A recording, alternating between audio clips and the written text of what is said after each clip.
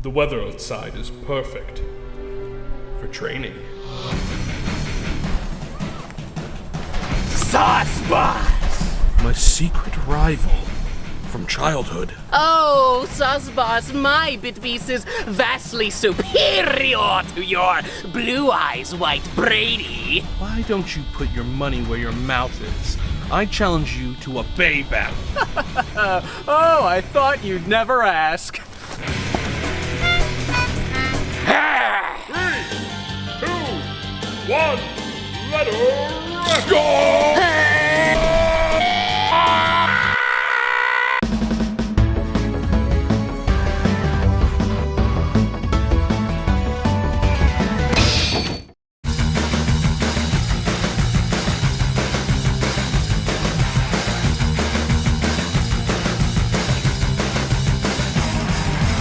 With the summertime pretty much over, I'm feeling seriously nostalgic for old entertainment from the past. I really miss being a 12-year-old in the summer of the early 2000s. We had Super Soakers, Hasbro toys, virtual pets, and an endless amount of trading card games that had their own tie-in TV shows. I still have no idea what that is. We had a lot of bizarre games on top of all the action figures and card games as well.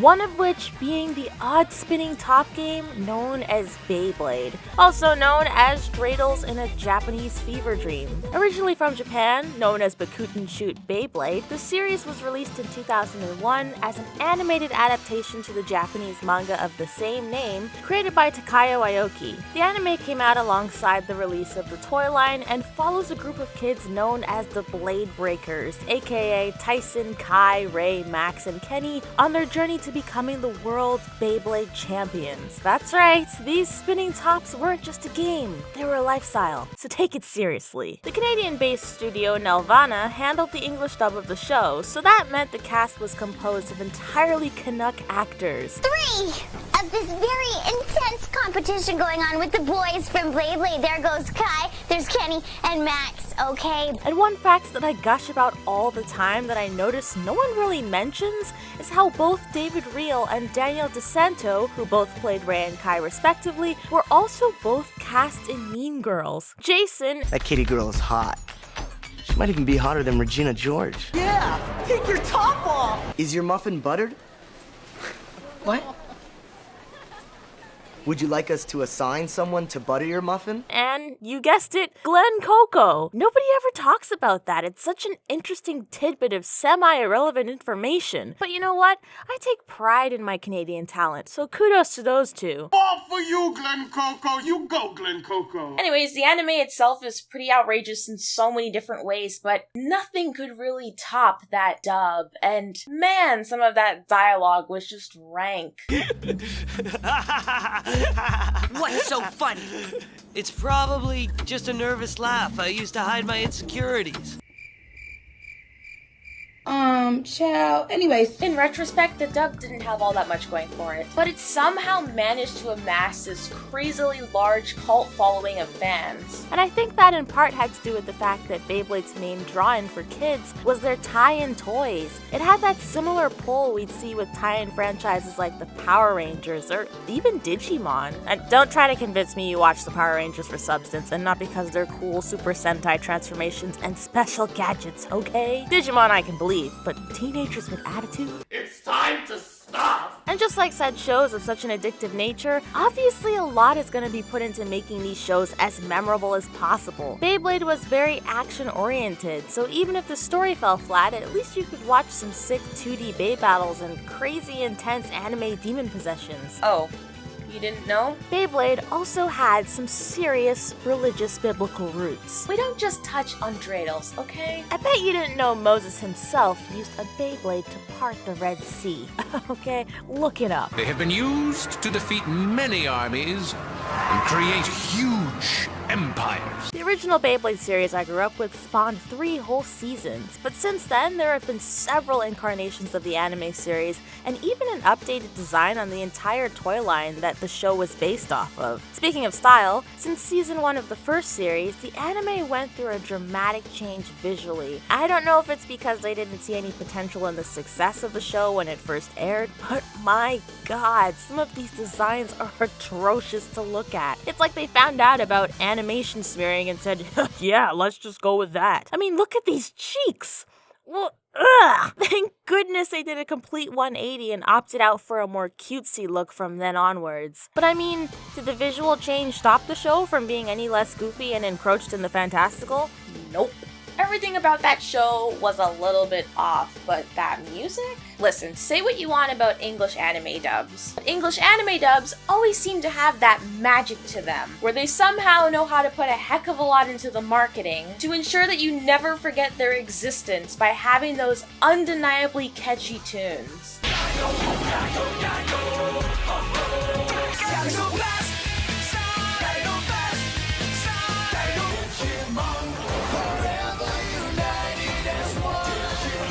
I never said they were good, they're catchy. And Beyblade, ladies and gentlemen, Beyblade was no different. Every time I heard one of those classic tunes, I always felt like I was a hero in my own shonen anime. People doing it all across the nation. Took the battle now for world domination. Cool in their hip, you better get a grip. The battle has begun, so let it rip.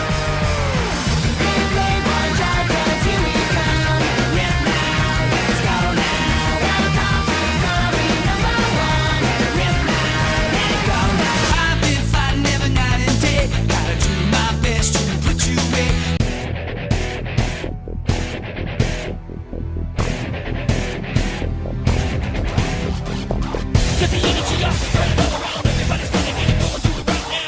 And the best part is, none of these even fall under copyright. I thought I had it all together, but I was led astray the day you walked away.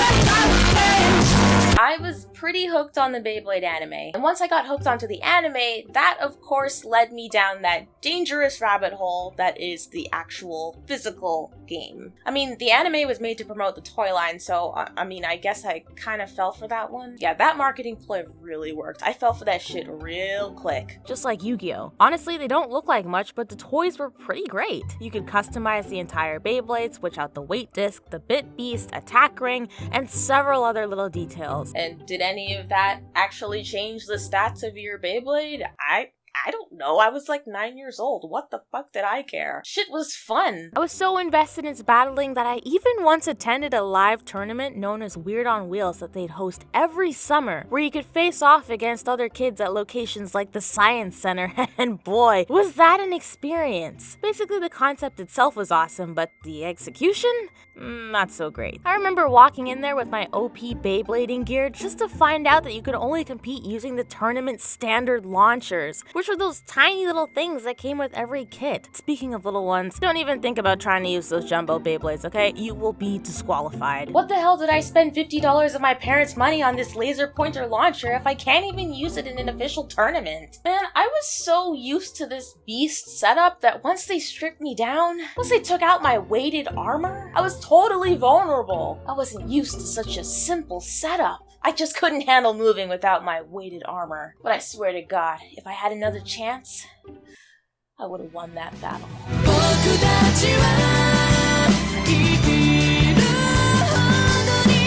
It's so cringe. It's so cringe. Oh, also, I was really convinced that my sister and I were like the pinnacle of weebs back then, until we met other Beybladers who were literally talking to their bit beasts during the tournament. Listen, I'm a weird kid.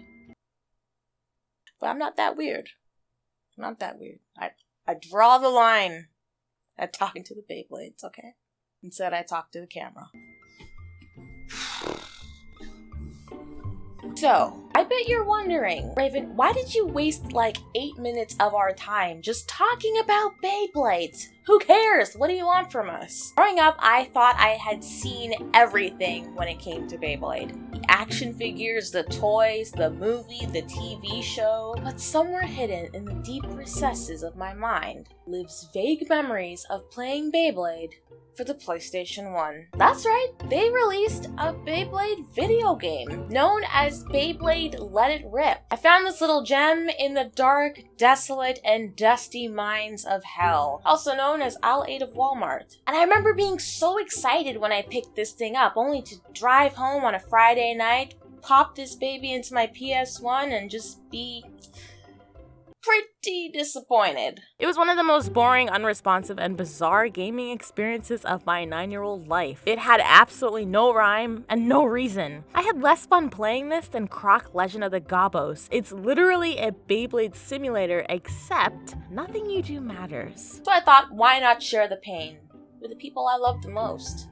That's you. Tonight, I want to discuss this anomaly within the Beyblade series. I'm going to review and revisit this scarring experience and see if there's anything worth salvaging as an adult, and discover if there's truly any coherent system to this game at all. This is Beyblade Let It Rip, a review from my nightmares. Wait, does this count as a Halloween video? Because, like, you know, it's kind of spooky, right?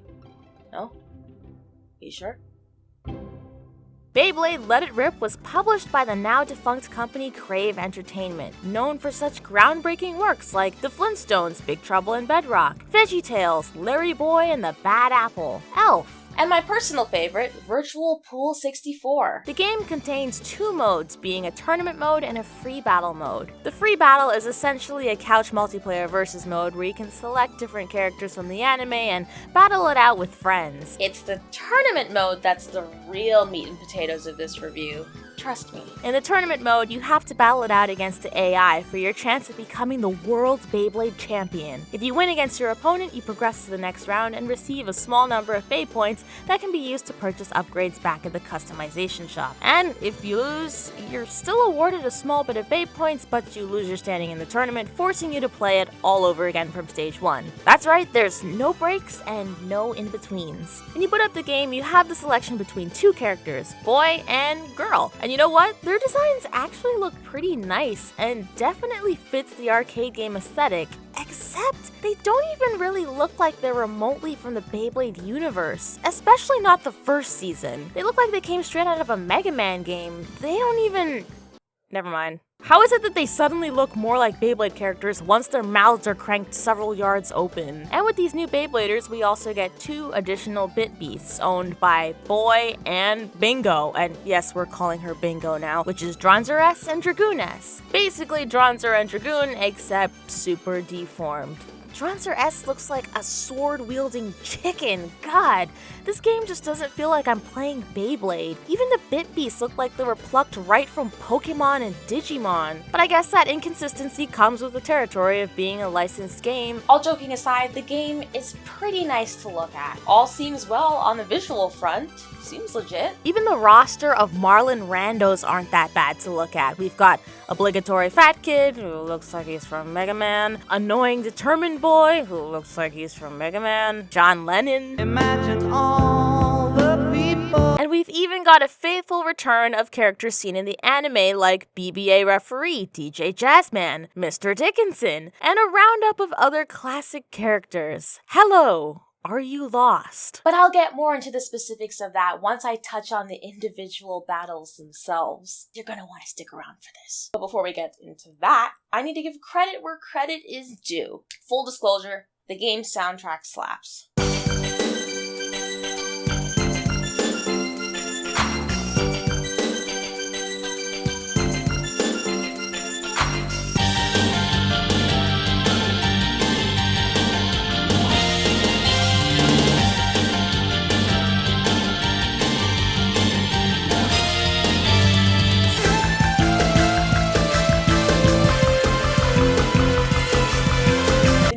composition could easily be mistaken for something you could hear in, I don't know, Digimon World 1. It's upbeat, it's catchy, and it retains that Japanese arcade sound. The different stages, arenas, and battle sequences all have their own unique tracks. And while the arrangements are simple, they don't all end up sounding like the same track with minor differences. You know those licensed games where you know what I'm talking about, where the song sounds the same. You know what I mean. So the visuals are nice, and the music is great. Raven, why are you bitching? Shut up. Haven't you ever heard of not judging a book by its cover? It gets worse.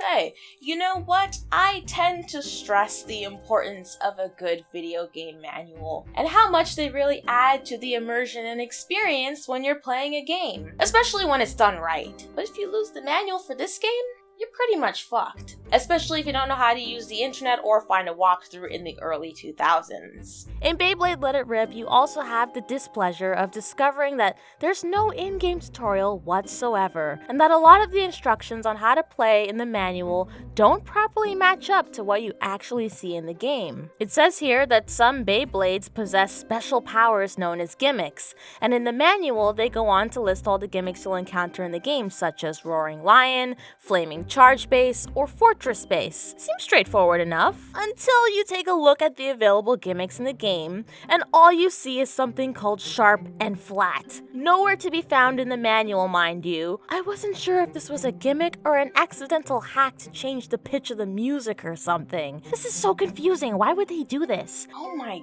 god, it's almost like when you buy furniture online and the instructions that come with it contain mislabeled screws. Which, by the way, happened a couple of days ago. Fuck. Oh, and take a look at this. This thing reads like stereo instructions. To launch is to throw a Beyblade into the base stadium and start the battle. You can launch a high SP if you press the X button when the gauge is nearly full. Some Bit Beasts can perform a special launch. To invoke a special launch, stop the indicator with the triangle, circle, or square button instead of the X button. Also, press triangle, circle, or square button during battle to invoke a special...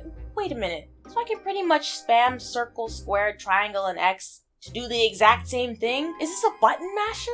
Does nothing in this game matter? What's the point of all this confusion? Oh, and there's one weird page in the manual that I have a serious gripe with. These pages are supposed to be dedicated to showing us what characters appear in-game, and all we get is boy, girl, and their respective bit beasts, and a weird blurb about 3 random characters in-game. I'm entirely convinced that whoever put this together never even watched the show. Apparently, DJ Jazzman is the boss of all Beybladers. I didn't know he was a fucking mobster.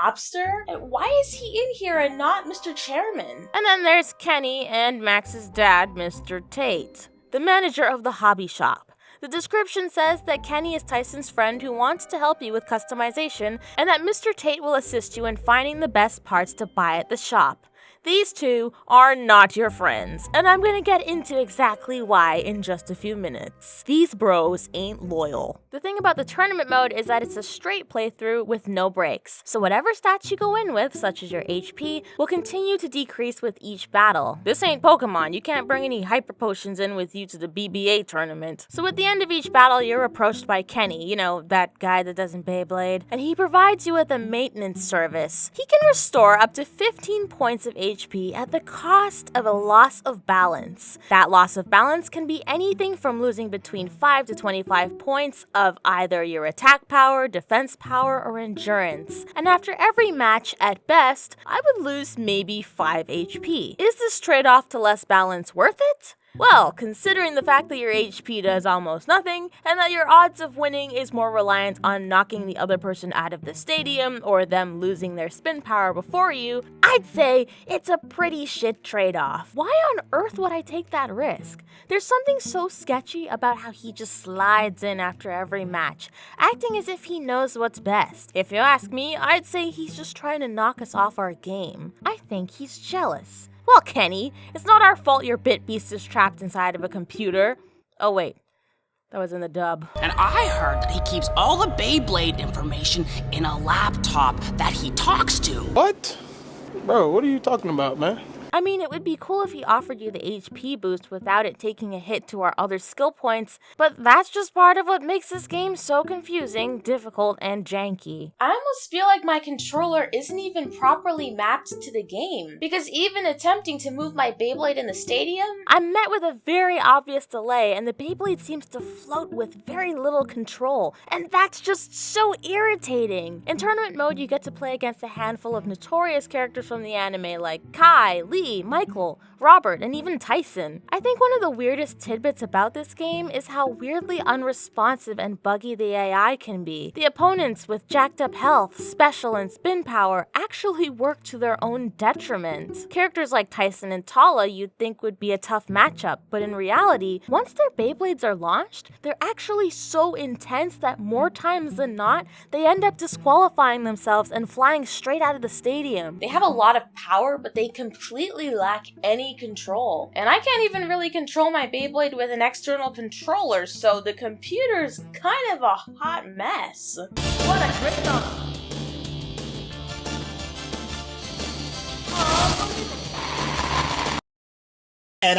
This is so goofy that even DJ Jazzman is tired of their shit. There's multiple times where the only real commentary he makes is him just repeating the word well, just as I thought. Trash. This guy is like the Jasmine Masters of Beyblade. And because the overpowered characters find themselves spinning out of the stadium without you having to land an attack on them, in the end, the most difficult character to match up against somehow turns out to be Max Tate, aka Mr. Catmouth Pacifist and his Bit Beast Dracil. Max in this game is an absolute monster. I just couldn't seem to beat him. It was nearly impossible to shake him off the stage, and trying to use special attacks to lower his HP only had me taking a hit to my spin power. Every time I lost against him, he'd send me with my tail between my legs back to the hobby shop, trying to figure out if there were any upgrades I could equip myself with to outmatch this little sociopath. Oh, hello, Mr. Tate. So, I see my son beat your ass. Here, buy these Bay parts. It'll put you above the competition.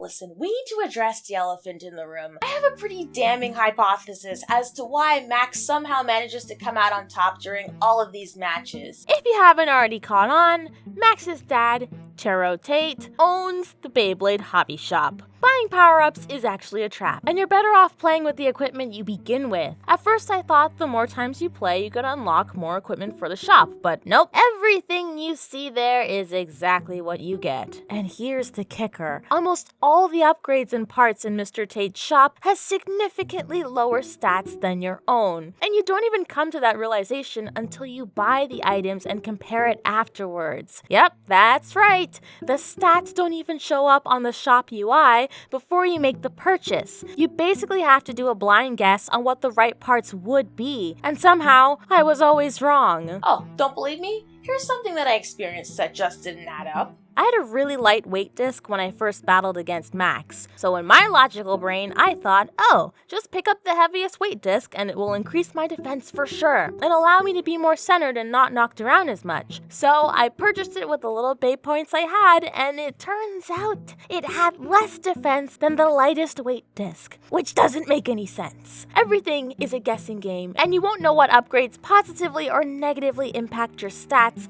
until you fork over the Bay points to buy it. Max's dad is sus as fuck, and Max is in on it. Look at this little psychotic bastard. He and his dad know exactly what they're doing, and we're none the wiser. It's no wonder that he's the toughest character. Just look at his shifty eyes. So when you somehow manage to beat Max and dodge the oncoming Beyblade launches from the more OP characters and somehow make it out alive, what do they give you? What awaits on the other side?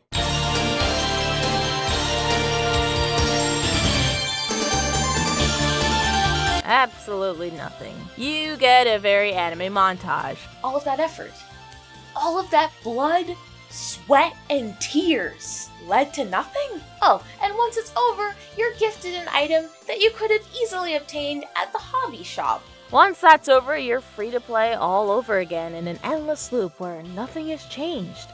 because that is the nature of Beyblade. And you know, I just thought I would point this out. But when my sister played through this, and she had a really stressful time, when she finally played through it, she literally rage quit at the end because get this, they gifted her the same attack ring that she started the game with. They give you the same disc you enter the tournament with. How's that make you feel? It feels special.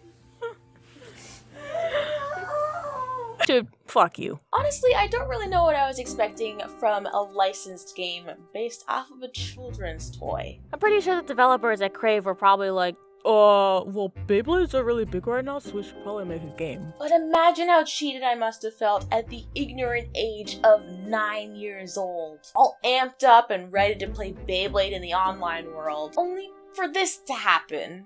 It's not a good look. And that was Beyblade Let It Rip, the Beyblade simulator. And that was also my heed warning tale to anyone who might be curious about the game and think that they might have missed out on something when in reality they did not. No, you didn't miss anything. Buy your kids real Beyblades, okay? What are you, some kind of psychopath? Don't put them through the same torture I had to go through. If not Beyblades, get them a Bakugan. Maybe they like Bakugans. Or Sky Dancers. Odds are they'll rip that thing so hard that it'll fall into the fire, because that shit looks real cool when it's all lit up and shit, you know what I'm saying? Okay, I'm out. Move! What's going on? Grandpa's moving so fast it looks like there's a whole bunch of him. Show me what you got, my man! Wait, if I can keep track of where Grandpa is, and from that figure out where he's going to be next, then it's just a matter of timing my shot perfectly. And if I put my mind to it, the same strategy can be applied to a Beyblade attack.